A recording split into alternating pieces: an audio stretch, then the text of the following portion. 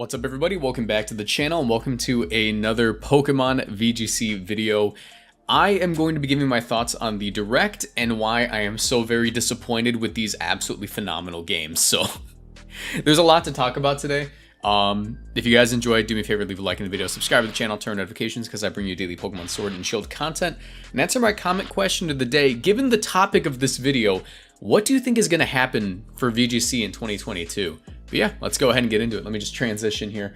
So, wow, thank you for pausing right there very awkwardly on a very weird frame, computer.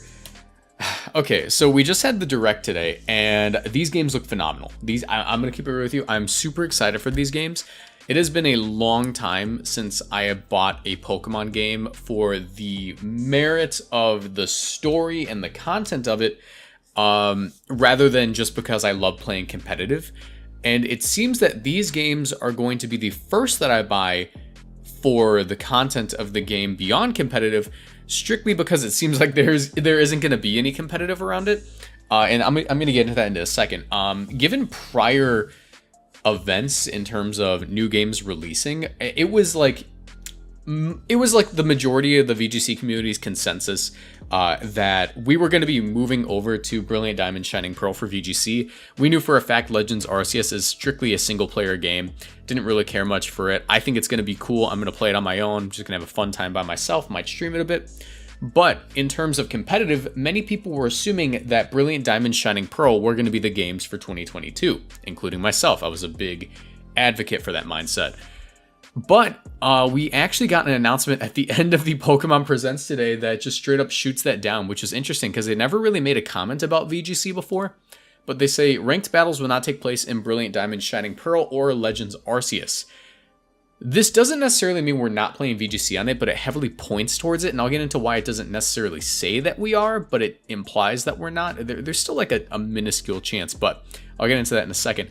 I think, thoughts on the game, I think it looks amazing. I love honestly, I don't really hate the chibi art style. I love the battle art style. When we see battles happening, I love how it looks. I like the close range nature. I like the battle environments.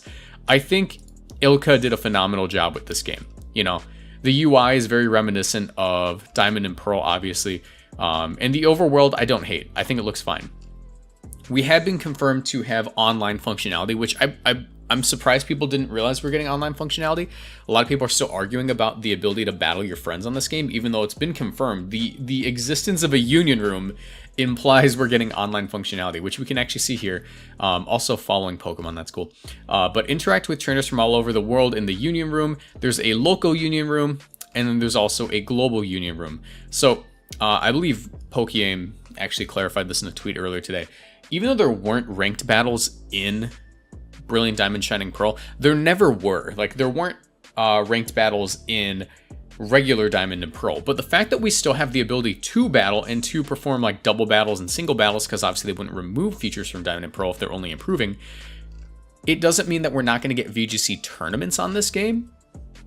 Obviously, the ranked battles are going to remain on Sword and Shield, so if you want to get to Master Ball stuff, if you want to rank up there, it's going to stay there. However, there wasn't a ladder in these games in the first place, like in Diamond and Pearl, but there were still VGC tournaments. So my hope is that even though we might not get an official ladder to practice on, which kind of sucks, that would suck since we're not getting a ladder to practice on, I would still not mind if we moved over to these games tournament-wise, considering, like I said, Diamond and Pearl didn't have ranked battles, but we still had tournaments in Platinum.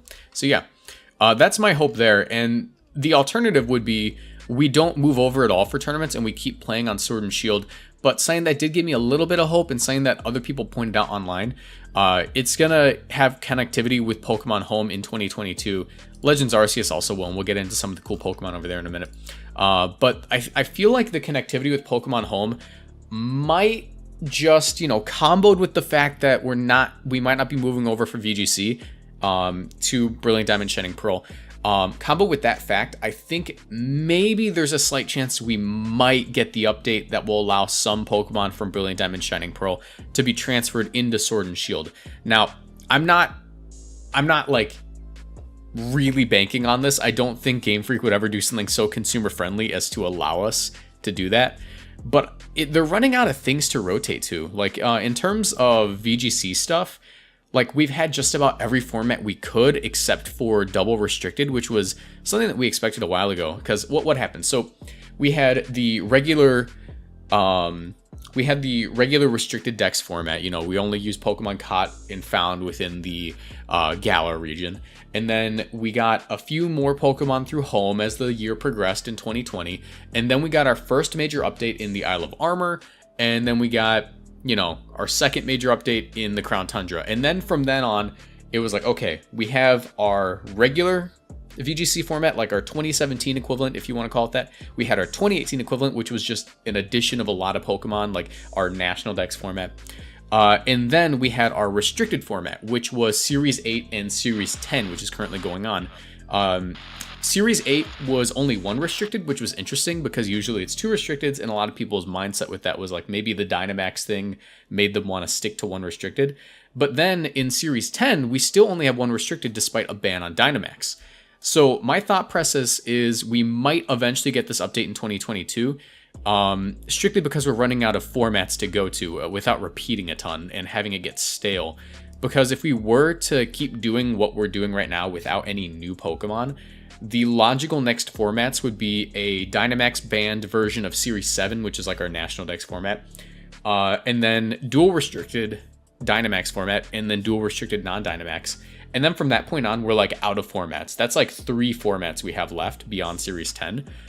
And that's concerning because I'm not sure how well the competitive community will respond to such a stale format. Granted, in previous years, like in 2017, we allowed a format to grow and mature and develop and become more interesting just through player innovation. And it's been a while since we've done that, considering in 2019 we experimented with rotating formats, and we're still doing that now. I don't see them going back to non-rotating formats. I think that's super strange. But yeah, my hope is that we'll eventually get the update that allows things like Empoleon and other Pokemon from Brilliant Diamond Shining Pearl into the new games, or into Sword and Shield, the old games. Just because like there's not many missing left. Like the only Pokemon missing are like mainly Sinnoh Pokemon and a few from other regions, but like, you know, we don't have Honchkrow, we don't have the Gen 4 starters, we don't have some of the Gen 5 Pokemon, including the starters there, and we don't have Gen 6 starters. I think that maybe we're going to get the final update, hopefully, for that, and that's my hope in terms of VGC. But yeah, beyond that, like, I'm actually really happy with how these games turned out. Moving on from there, I really want them to allow us to use the new Pokemon in VGC because look at these things. Look at these things. We got a Basculin evolution. That's crazy. We also got a Stantler evolution. We have a new form of Braviary, and we have a new form of Growlithe. So that's crazy. I want to talk about them for a minute. The new form of what's it called? Stantler is actually pretty cool. It's an evolution technically. Weirder, if you want to call him that. It's a Psychic type. It's 5'11". It's taller than me. I'm very short. I'm like 5'8". It's normal Psychic, and it weighs 200 pounds. It's pretty cool. Like, I think just Stantler was one of those Pokemon that definitely needed an evolution. If we actually go to PokemonShowdown.com, the only place to play competitive now, apparently. And look at these Pokemon that got new forms. If we look at Stantler and we look at Basculin, these Pokemon are probably some of the most deserving Pokemon to get an evolution. Stantler has no stats above 100, and I would assume Weirder, even though we don't have solid stats on it, I would assume it gets a little bit slower and maybe becomes like a very bulky Pokemon. Maybe it's gonna like have over 100 HP, better defenses, and probably be mainly a special attacker, considering it emits psychic energy. But I could also see it keeping a pretty high physical attack, like maybe 100 attack, 120 special attack, and that would actually make it pretty cool. On top of that, it's got Indeedee typing, so, or if we want to call it by the original name, it's got Girafarig typing, which is another Pokemon that needs an evolution, which means it's immune to ghost moves, but is still a psychic type, so that's phenomenal for it.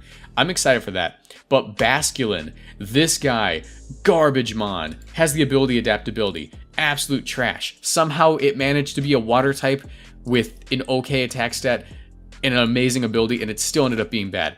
This guy right here, where are you, my son? Basculegion.